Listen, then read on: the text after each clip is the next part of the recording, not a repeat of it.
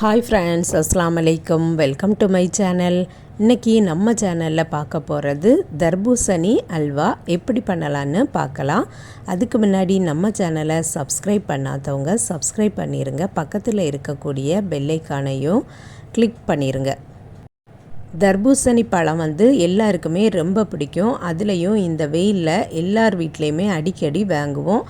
அந்த தர்பூசணி பழத்தை வச்சு தான் நான் இன்றைக்கி அல்வா செய்திருக்கேன். நம்ம சேனலில் ஏற்கனவே நிறைய வெரைட்டியான அல்வா ரெசிபீஸ் போட்டிருக்கோம். பார்க்காதவங்க ப்ளேலிஸ்ட்டில் இருக்குது, செக் பண்ணி பார்த்துக்கிடுங்க. இப்போது நம்ம வீடியோக்குள்ளே போகலாம். ஒரு முழு தர்பூசணியை எடுத்திருக்கேன். இதை இனி கட் பண்ணிடலாம். இந்த பழத்தில் பார்த்திங்கன்னா சீட்ஸ்லாம் அதிகமாட்டு இல்லை, அதனால் நமக்கு வசதியாக போச்சு. நேர் பாதியாக கட் பண்ணி அதில் கொஞ்சம் தான் நான் பேலன்ஸ் வச்சுருக்கேன். மீதி எல்லாத்தையுமே நான் எடுத்துட்டேன். சீட்ஸ் எல்லாம் எடுத்துட்டு பொடி பொடியாக கட் பண்ணிடலாம். ரெட் கலர் மட்டும்தான் எடுக்கணும் அப்படின்ட்டு இல்லை, அதில் இருக்கக்கூடிய ஒயிட் கலரையுமே நம்ம எடுக்கலாம்.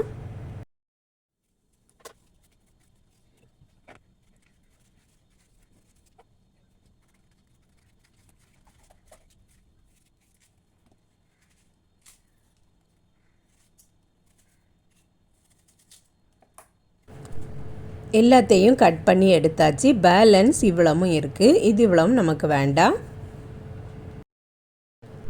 இதில் இருக்கக்கூடிய சீட்ஸ் எல்லாம் கம்ப்ளீட்டாக எடுத்துடலாம். சீட்ஸ் எல்லாம் எடுத்துட்டு பொடி பொடியாக கட் பண்ணியாச்சு. இனி இதை ஒரு மிக்சர் ஜாரில் போட்டு அடித்து எடுத்துக்கலாம். தண்ணீர் எதுவுமே ஊற்றாமல் அடிச்சிடலாம். பீசஸ் எதுவுமே இல்லாமல் நல்லா அடித்து எடுத்துக்கலாம்.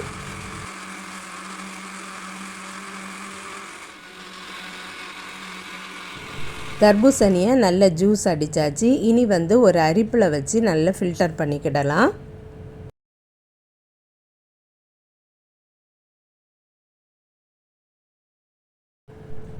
நல்லா ஃபில்டர் பண்ணி எடுத்தாச்சு. தண்ணீர் எதுவும் ஊற்றாமலே நிறைய ஜூஸ் கிடச்சிருக்கு.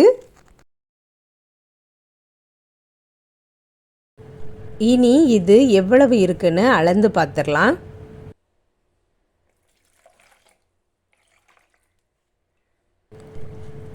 டோட்டலாக 4 கப்பு தர்பூசணி ஜூஸ் இருக்குது.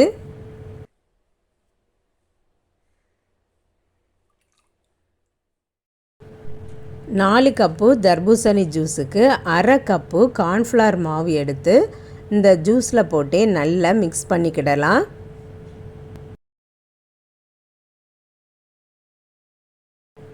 தர்பூசணி ஜூஸில் ஏற்கனவே இனிப்பு இருக்கும், அதனால் நான் 2 கப்பு சீனி எடுத்திருக்கேன். இனிப்பு குறைவாட்டி இருந்ததுன்னா ஒரு 2.5 கப்பு சீனி கூட எடுத்துக்கலாம். நல்லா மிக்ஸ் பண்ணி கொடுத்துக்கலாம். கார்ன்ஃப்ளவரும் போட்டிருக்கிறதுனால கலர் சேஞ்ச் ஆகிருக்கு. எந்த பாத்திரத்தில் அல்வா ரெடி பண்ண போகிறோமோ அதில் ஊற்றிடலாம். நான்ஸ்டிக் பேன் எடுத்திங்கன்னா ரொம்பவே வசதியாட்டு இருக்கும். பேனில் ஊற்றியாச்சு. இனி அடுப்பில் வச்சிடலாம். ஸ்டார்டிங்கில் ஹை ஃப்ளேமில் வச்சுட்டு அதுக்கப்புறம் மீடியம் ஃப்ளேமில் மாற்றிக்கிடலாம். கைவிடாமல் மிக்ஸ் பண்ணிகிட்டே இருக்கணும். ஈதுக்கு எல்லார் வீட்லேயுமே ஒரு ஸ்வீட் ரெசிபீஸ் பண்ணுவோம். சில பேர் எப்போவுமே வைக்கக்கூடிய கிண்ணத்தப்பம், செம்பல்வா இந்த மாதிரி ஐட்டங்கள் வைப்பாங்க. சில பேர் புதுசு புதுசாக ட்ரை பண்ணுவாங்க. அவங்களுக்கு இந்த வீடியோ நல்ல ஒரு யூஸ்ஃபுல்லாகிட்டு இருக்கும். இப்போமே திக்காக ஆரம்பிச்சிருக்கு. 4 கப்பு ஜூஸுக்கு நான் அரை கப்பு கார்ன்ஃப்ளவர் மாவு தான் சேர்த்துருக்கேன். இது கொஞ்சம் லேட் ஆகும். சீக்கிரமாக முடியணும் அப்படின்னா நீங்கள் ஒரு 3/4 கப்பு கார்ன்ஃப்ளவர் மாவு சேர்த்துக்கிடுங்க. இப்போ பார்த்திங்கன்னா உங்களுக்கு தெரியும், திக்காயிட்டு இருக்குது.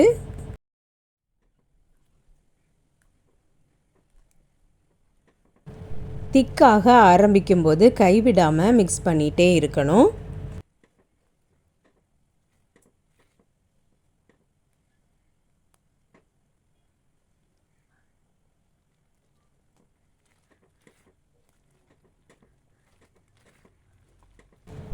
ஸ்டார்டிங்கில் கொதிக்க ஆரம்பிக்கும்போது கையில் படும், அதை கொஞ்சம் கவனமாக பார்த்துக்கிடணும்.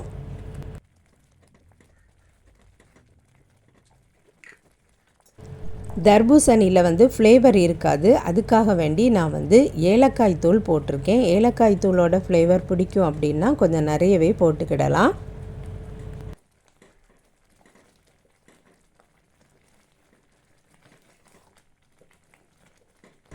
ஃபஸ்ட்டு இருந்ததை விடவும் அதிகமாகவே திக்காயிட்டு இருக்குது. பார்க்கறதுக்கு நல்ல கிளாஸியாகவும் இருக்குது. இனி நெய் ஊற்றிக்கிடலாம். ஒரு 5 டீஸ்பூன் நெய் கிட்ட நான் அப்பப்போ ஊற்றிட்டு இருக்கேன். இதில் நான் கொஞ்சமாக ரெட் ஃபுட் கலர் சேர்த்துருக்கேன். உங்களுக்கு வேண்டாம்னா ஸ்கிப் பண்ணிக்கிடலாம்.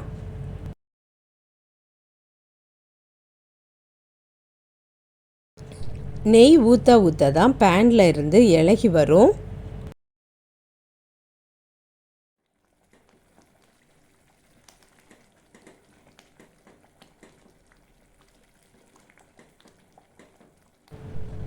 ஒரு பிஞ்ச் உப்பு போட்டுக்கிடலாம். தர்பூசணியில் லைட்டாக ஒரு புளிப்பு இருக்கும், அதனால தான் நான் கொஞ்சமாக உப்பு சேர்த்துருக்கேன். அடுத்த டீஸ்பூன் நெய்யும் ஊற்றியாச்சு.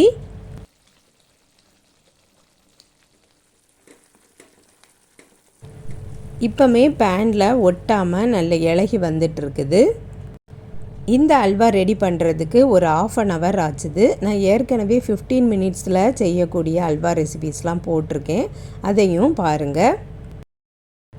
நெய்யில் வறுத்த முந்திரியும் போட்டிருக்கேன்.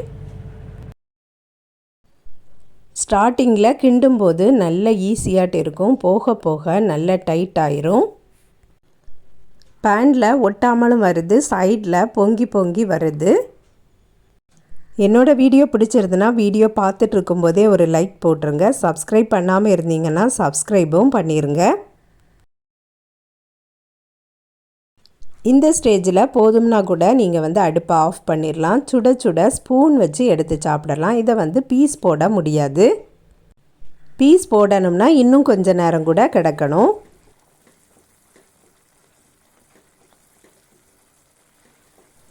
ஃபஸ்ட்டு பார்த்ததை விடவும் இப்போது கொஞ்சம் அதிகமாகவே சைடில் பொங்கி பொங்கி வருது. இந்த ஸ்டேஜ்லேயே நான் அடுப்பை ஆஃப் பண்ணிட்டேன். இந்த ஸ்டேஜில் அடுப்பை ஆஃப் பண்ணும்போது பீஸ் போடுறதுக்கு வரும், ஆனாலும் நல்ல சாஃப்டாட்டு இருக்கும். உங்களுக்கு நல்ல கெட்டியாட்டு அல்வா துண்டு துண்டாட்டு வரணும் அப்படின்னா இன்னும் ஒரு 5 minutes அல்லது 10 minutes கூட கிடக்கணும். ஒரு பிளேட்டில் நெய் அப்ளை பண்ணிவிட்டு கசகசாவும் நட்ஸும் போட்டிருக்கேன். அதிலேயே சூடோடையே ஊற்றிடலாம்.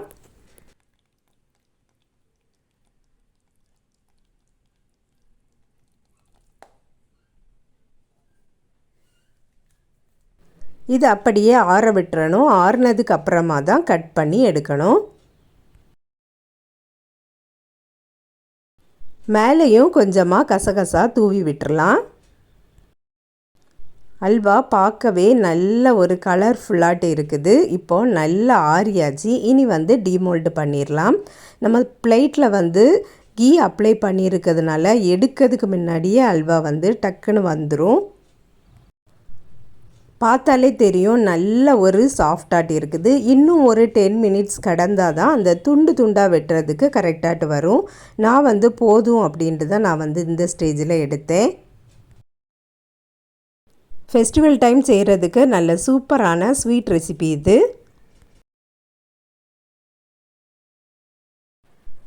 உங்களுக்கு விருப்பமான ஷேப்பில் பீஸ் போட்டுக்கிடலாம். இதை எடுக்கும் போதே தெரியும் எவ்வளவு சாஃப்டாட்டு இருக்குது அப்படின்னு. நல்ல சூப்பரான தர்பூசணி அல்வா நம்ம சேனலில் ரெடி பண்ணிட்டோம். நீங்களும் கண்டிப்பாக ட்ரை பண்ணி பாருங்கள் ஃப்ரெண்ட்ஸ்.